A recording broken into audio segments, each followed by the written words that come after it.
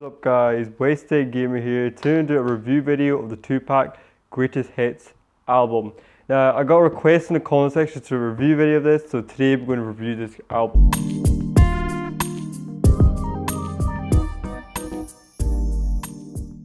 Right here. So without further ado, let's go ahead and get started.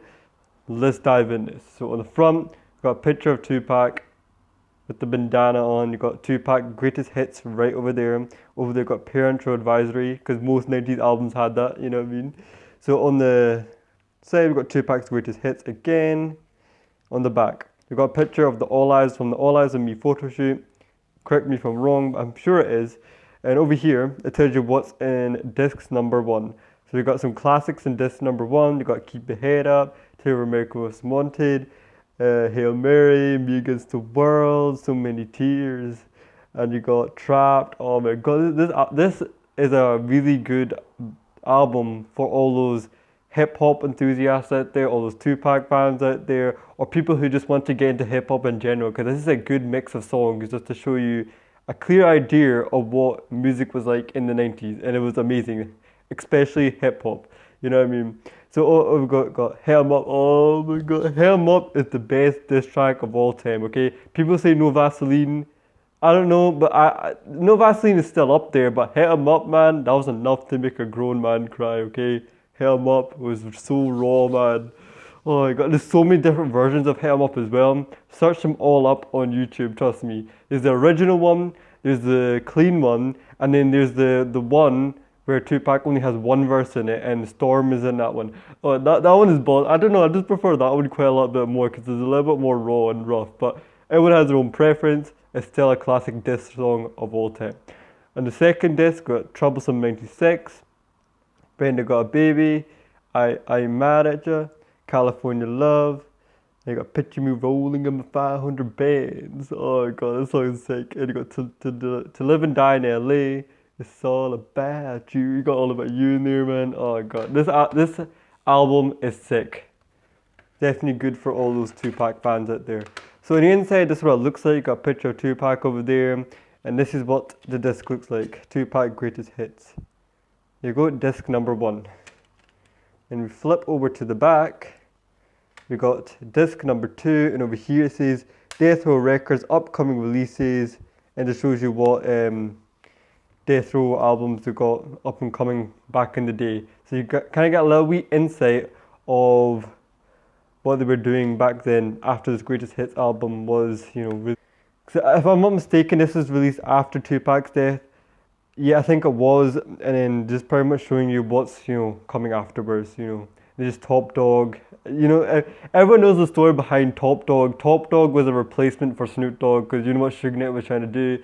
He was trying to recreate the death row again. Like, once, like, Tupac died, that's when everything fell off, you know what I mean? Everything fell off then, okay, because that's what happened. No one had the motivation just wanted to stay there, you know, it didn't feel safe anymore, you know, with stuff going on back then, you know.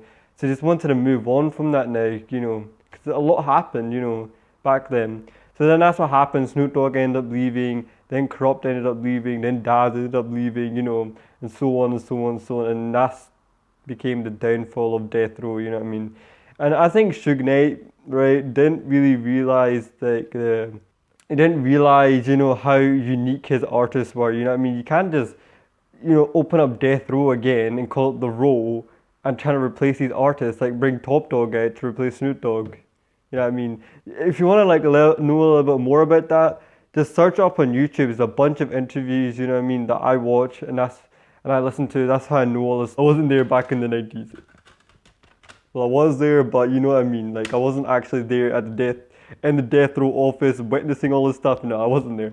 I wish though, because that would have been so sick to see like Tupac recording music in there, Snoop Dogg recording music. It would have been so sick. You know what I mean? The 90s era was the best era for hip hop. Trust me, anyone will tell you that. Like, this auto-tune trash nowadays, like, what the heck, man, honestly. And kids call that classic? That's not classic, okay? This is what you call classic over here. So over here, let's take a look inside the book, because you know there's always artwork inside the book. So over here, you've got numerous pictures of Tupac. I think that's, let me just check. That's from Me Against the World. I don't know what photo shoots that's from, but I know it's from some photo shoot of some sort. That's from the All Eyes on Me photo shoot, and that's on the back as well. No, that's on the back of that cover, sorry. And over here, it tells you why they made the songs and who's in the songs, you know, just the usual of, you know, what it is. So Hail Mary, you got Two of America's Most Wanted, you got Keep Your Head Up, Temptations, Me Against the World, God Bless the Dead, picture of All Eyes on Me photo shoot, and there's some more. Pause that and read it for yourself. I'm just going to skim through this really fast. And there's pretty much all the albums. Actually, not all the albums, you know what I mean? Because everyone knows there's so much unreleased material from Tupac that is never ever released, and I don't think will ever be released, which is very sad. Like, the next song from the Machiavelli album should have been the One Nation album, because that was going to be the next album he was going to do after the One Nation album. Because to be fair, like, Tupac never thought a 7-day CD album, the classic 7-day CD album, would not sell as much. So he was going to make that a mixtape. And that's shocking, because that's one of the most, you know, best-selling, you know, hip-hop albums of all time, and the most rawest hip-hop album of all time, and he didn't think that was good. You know what I mean? Like, there was, like, back then, man, there was like a standard of what songs should be, you know. Nowadays, there's no standard or whatever. Like, he didn't think this was good, and it was still such a hit. You know, that's amazing, though. That 7-day CD album was amazing. Amazing album. I'm so glad it got a public release, because it definitely deserved that public release. But then after that should have been the One Nation album, and that really gets me, man, because the One Nation album should have been released. Like, why would you not release the One Nation album? Like, this is what gets me, right? Tupac was going to make the One Nation, you know, his project, the One Nation. If you don't know about the One Nation project, I'll kind of go a little bit of detail of what the One Nation project was about. The One Nation project was about kind of toning down that East Coast, West Coast war that they were having, okay? And he was kind of going to show that he wasn't mad at everyone from the East Coast. He was just mad at certain people, you know, people did certain things. That's what I was going with it. And then he's going to make his One Nation album. He got a couple of people from the East Coast. He got Buckshot in there. You got Greg Nice in there, you know what I mean? You got so many, like, artists, you know what I mean, from the East Coast. And then I think he was going to have some artists from the West Coast on the album as well, to show, like, as One Nation, you know what I mean, we can come together, you know, we can squash this beef and all that. And sadly, that never got to happen, you know, and I never knew why would you never release the One Nation album? Because if you released the One Nation album after this one, that could have calmed down the whole beef. Like, even though Tupac passed away, but he wanted the One Nation album to be launched, and it never was launched. You know, even after his death, that would have, you know, calmed it down a little bit. That would have toned it down, like the One Nation thing, because people would have saw, like, what was he thinking, you know, what was he thinking to do in the future, you know, like, I think it's sad, man, because he was really not, like, he wasn't mad at everyone from the East Coast, he was just mad at certain people, you know, that's what it is, and people took it the wrong way. Well, actually not people, the media took it the wrong way and blew up proportion to make it this whole big thing, even though it was a war between two people. That's it. And if they just squashed that, everything would have been okay, but it's unfortunate that happened. We lost two of the greatest hip-hop artists of all time, Tupac and Biggie, rest in peace. So that One Nation album, that's not there. Basically, this is what all the albums was. His first album, second album, the classic Thug Life album, Me Against the World. And Me Against the World, that was a sick album as well. You got All Eyes on Me, and you got 7-Day CD. So basically, in between those, there was meant to be more albums that he never released, which were released as post-mortem albums, such as the... what was that Eminem one? The Tupac Eminem one? A remix album? What was it called? Loyal to the Game. Loyal to the Game was meant to release, like, in between there or in between there, and it never got released. I don't know why he never released it. Maybe just, I don't know, maybe he just wanted to do something else, maybe. I don't know, because a lot of material that he didn't release, so maybe he just didn't want to release it. That's what I'm thinking. But there you go, that's some of the albums right there, not all of them. And there's all the other songs. Is that songs? Yes. Yeah, it's some other songs right there. And over here, there's some more songs. And over here, it says currently being recorded for a 1999 release, Amaro Records, as a tribute to his life work, Memories of Tupac Shakur, featuring performances of some of his greatest songs by his friends and peers. And this is the Tupac Shakur Family Foundation. You can read about it right there. So I'm guessing this is when the Amaro Records was formed. The Tupac Amaro Records were formed.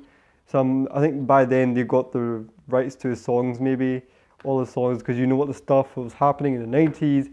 It was hot, you know, Death Row was filing lawsuits trying to stop, you know, Afeni from, gaining control of her son's songs. And I'm glad she gained control of it. But the only thing that bugs me is those remixes, man. Like, man, do you know what they should have done? I'll tell you what they should have done. Like, I'm happy she got the rights to the song, so she fully deserves it. But I just didn't like how they remixed, like the production on the songs. The lyrics are still really good. They're good Tupac raw lyrics, but the new beats just don't go with his lyrics.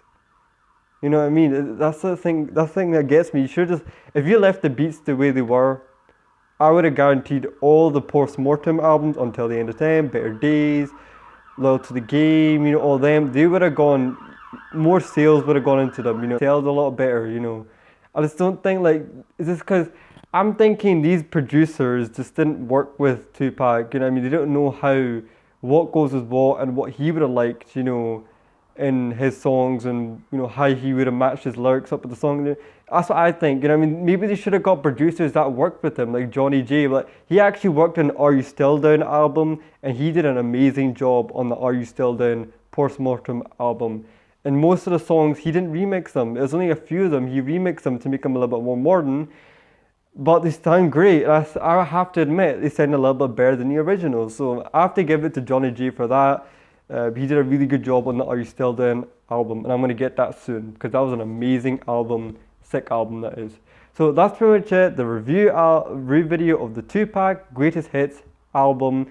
I know I kind of ranted on a little bit, you know, talking about off-topic Tupac stuff, but when I'm talking about Tupac, I get in the zone, okay? When I talk about hip-hop stuff, I get in the zone, man, because, you know, hip-hop, the 90s hip-hop, was just such an important era for rap because it was that G-Funk scene was coming in. There's so many great artists in the 90s, and it's just sad to see that they're not here today like Tupac. I wish he was here today. You know what I mean? He would have done so much more, you know.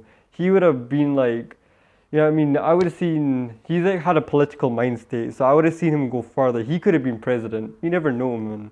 He did movies, he did albums, he wrote poetry, you know. He expressed himself to the world, and that's not what you can say about a lot of artists nowadays, you know what I mean? So heads up for Tupac. I can't wait for the All Eyes on Me movie. I'm definitely going to watch it, definitely get it on Blu-ray. I mean, I have to get all of it, you know what I mean? Because I'm the ultimate Tupac fan when it comes to my 90s stuff. And also, I'm hoping they'll bring out a CD with it, a vinyl with it, a soundtrack with the movie with it too. That'll be very nice as well, because they did it with the Straight Outta Compton one, so I'm hoping they'll do that as well. But that's pretty much out the video for the Tupac Greatest Hits album. Leave a like if you liked the video, subscribe if you're new, and I'll catch you guys next time. It looks very similar to the artwork, well, it is similar to the artwork on the All Eyes on Me album itself. This is All Eyes on Me on it, digitally remastered.